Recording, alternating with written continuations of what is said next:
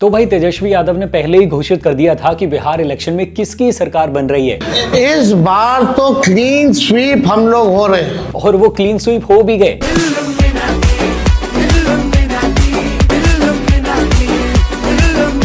कुछ भी कहो, लेकिन बिहार इलेक्शन में सबसे ज्यादा मेहनत अगर किसी ने की है तो वो है राहुल गांधी जी। बाइक राइड से लेकर स्विमिंग तक,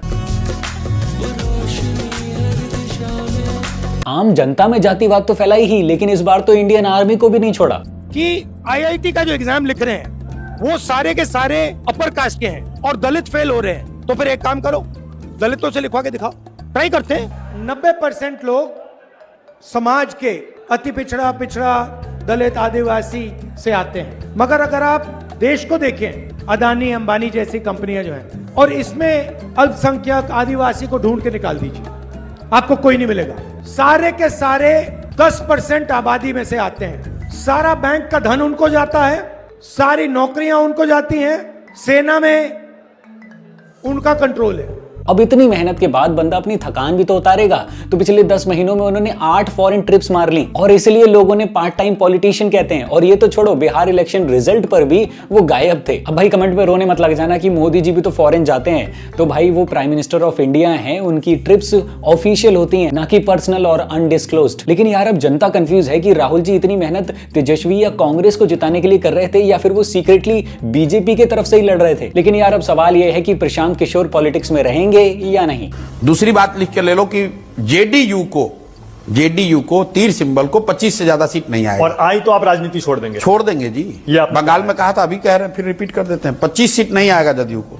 अगर जेडीयू की 25 से ज्यादा आई तो प्रशांत किशोर राजनीति छोड़ देंगे भाई। ठीक है, ओके। बिहारियों ने प्रशांत किशोर के साथ इतना माड़ा किया है ना, सब देखकर हैरान है। मतलब तुमने अगले का पॉलिटिकल करियर ही खत्म कर दिया। एक ऐसा बंदा जिसने कितनी बड़ी बड़ी पार्टीज के लिए इलेक्शन स्ट्रेटेजीज बनाई, कैंपेन्स डिजाइन किए, 2014 में बीजेपी की कैंपेनिंग की, पंजाब में कांग्रेस को जिताया, केजरीवाल को दिल्ली में जिताया। 3 साल पहले सोचा कि चलो अपनी पार्टी बनाते हैं, बिहार में सुधार लाते हैं। उन्हें लग रहा था कि 135 सीट तो कहीं नहीं गई, लेकिन असल में प्राप्ति हुई 0 की। क्यों? क्योंकि लोगों को चुनाव चिन्ह ही नहीं पता उनकी पार्टी का।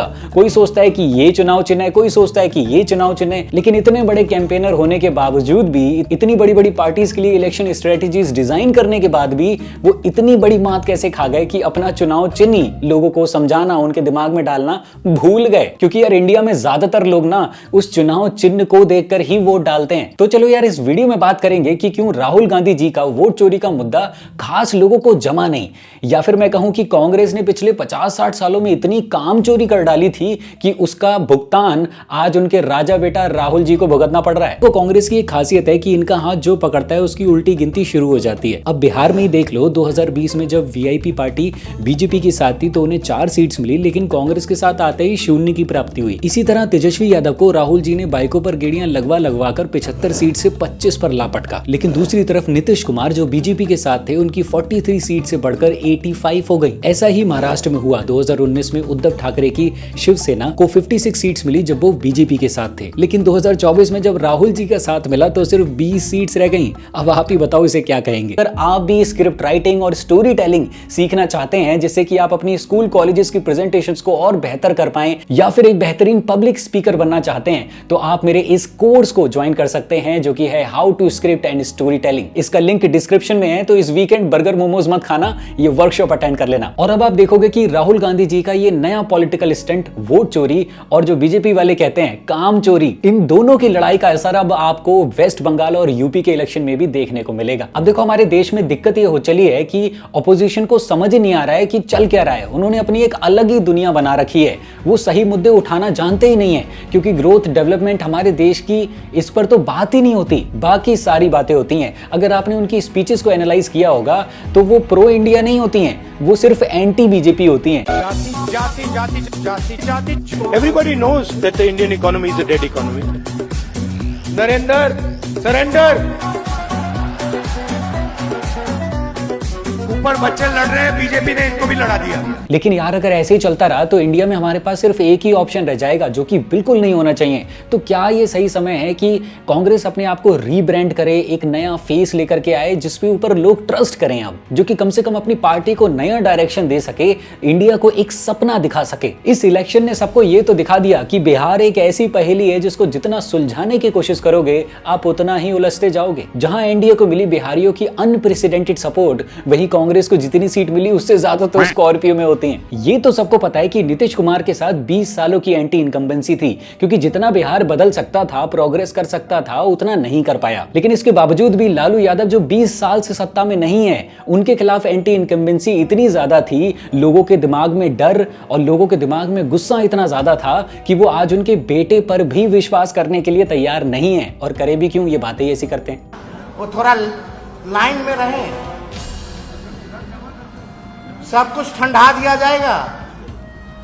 ज्यादा ख्वाब ना देखे, दिल्ली वाले नहीं बचाएंगे, नहीं बचा पाएंगे किसी को। बिहार है, उनको तो इतना समझ होना ना चाहिए। इस वीडियो से साफ पता चलता है कि जंगल राज जिससे आज हर बिहारी डरता है वो वापस आ सकता था, लेकिन वो टल गया। क्योंकि नीतीश कुमार के टाइम में कुछ हुआ हो ना हुआ हो, लेकिन कम से कम बिहार का लॉ एंड ऑर्डर बहुत हद तक सुधरा है। आज वुमेन सेफ फील करती हैं। जैसे ही नीतीश जी की पार्टी चेंज होती है ना, कैमरा पे हम इस शहर में रहते हैं, हम नाम नहीं लेंगे, बट जैसे ही उनकी पार्टी चेंज होती है, इस शहर में लोग बाइक उड़ाने लगते हैं, लड़कियां छिनाने लगते हैं, सब कुछ होने लगता है, तुरंत लॉ एंड ऑर्डर उसका बिगड़ जाता है।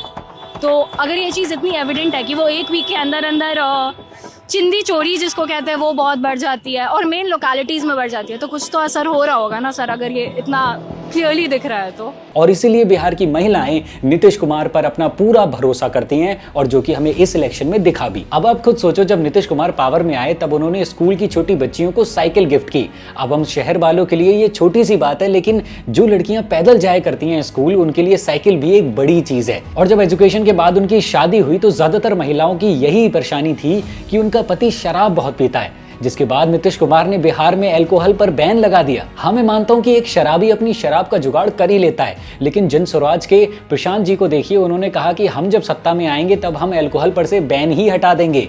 और फिर देखिए महिलाओं ने उनका क्या हश्र किया। हम लोग सोशल मीडिया पर बैठकर एक पॉलिटिशियन को हीरो तो बना देते हैं, लेकिन सच्चाई उन लोगों को पता होती है जो ग्राउंड पर उसे जी रहे हैं, उसे झेल रहे हैं। अब लेफ्ट वाले तो यही कहेंगे कि बीजेपी ने 10,000 रुपए डालकर वोट को खरीद लिया बिहार में, लेकिन सच तो ये है कि ये 10,000 रुपए उन महिलाओं के अकाउंट में डाले गए हैं ताकि वो अपने अपने स्मॉल बिजनेसेस कर सकें या कोई काम शुरू कर पाएं, और अगर वो ऐसा करते हैं तो उन्हें 2 लाख रुपए तक दिए जाएंगे। और यही कारण है कि महिलाओं का एक अटूट विश्वास बन चुका है नीतीश कुमार जी के ऊपर, क्योंकि उन्होंने वुमेन एम्पावरमेंट के लिए काम भी तो किया है, ना कि लालू यादव के जंगल राज की तरह जिसके किस्से आज भी हम लोग सुनते हैं तो थर थर कांपते हैं। और वैसे भी यार आप खुद बताओ कि ये 10,000 रुपए का लालच बड़ा है या फिर हर घर में एक सरकारी नौकरी का, जो कि तेजस्वी यादव ने दिया था, साथ ही 200 यूनिट तक की फ्री इलेक्ट्रिसिटी और महिलाओं को 2500 रुपए महीना। लेकिन मैं इसके बिल्कुल समर्थन में नहीं हूं कि फ्रीबी कल्चर हमारे देश में होना चाहिए, कि हर इलेक्शन से पहले वोटर्स को थोड़े पैसों का लालच दे दो और उनके वोटों को खरीद लो। लेकिन जब सारी पार्टियां फ्रीबीज के वादे कर रही हैं तो किसी एक पर दोष लगाना गलत है। लेकिन अभी भी मेरी उम्मीदें हैं राहुल गांधी जी से कि वो हमारी डेमोक्रेसी को बचाएंगे, क्योंकि बिहार इलेक्शन के पास अभी भी आपके पास 45 दिन हैं, आप सीसीटीवी फुटेजेस मांग सकते हैं, 1 साल तक डॉक्यूमेंट्स और कोर्ट केस फाइल कर सकते हैं। राहुल जी, बहुत से लोगों का यही रोना था ना कि 45 दिन के बाद हमारा संविधान अलाउ नहीं करता कोर्ट केस फाइल करने के लिए, तो अब अपनी आवाज उठाइए। लेकिन अगर अभी भी कोर्ट केस फाइल नहीं हुआ तो आपको अपनी आंखें खोलने की जरूरत है, जो ये बार बार डेमोक्रेसी पर सवाल उठाया जाता है उससे, क्योंकि यहां हमारे देश के इंफ्रास्ट्रक्चर डेवलपमेंट ग्रोथ की तो बात की नहीं जा रही है, सिर्फ और सिर्फ ध्यान भटकाया जा रहा है लोगों का। क्योंकि इतने सालों में राहुल जी को यह तो समझ आ गया कि सीधी उंगली से घी तो निकलेगा नहीं, तो उंगली टेढ़ी ही करनी पड़ेगी। क्योंकि सवाल अभी भी सिंपल सा है कि जब ईवीएम हैक थी तो वोट चोरी क्यों हुई, और जब वोट चोरी हुई तो बीजेपी 400 पार क्यों नहीं गई, 240 पर ही क्यों अटक गई और इतने सारे मेजर स्टेट्स में हार गई। लेकिन यार कभी कभी मुझे लगता है ना कि राहुल जी की लड़ाई बीजेपी या मोदी से नहीं है, उनकी खुद से। एग्जिट पोल्स दिखा रहे थे कि कांग्रेस पार्टी हरियाणा को स्वीप कर, 5 एग्जिट पोल्स हैं। एग्जिट पोल सबसे एक्यूरेट होता है, ओपिनियन पोल से एक्यूरेट एग्जिट पोल होता है। ओपिनियन पोल्स भी कह रहे थे कांग्रेस स्वीप करेगी।